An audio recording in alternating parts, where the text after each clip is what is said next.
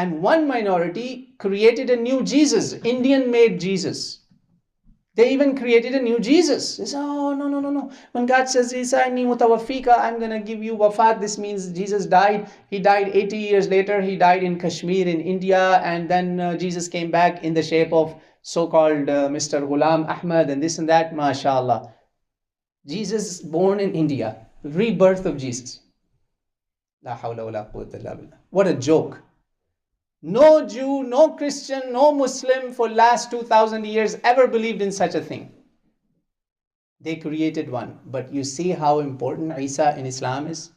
Right out, Muslim Ummah unanimously, don't forget the I'lanul Makkah, the announcement of Makkah in the 1400 plus years history of Islam. It has happened only one time. Rabita Alimi gathered the scholars of the whole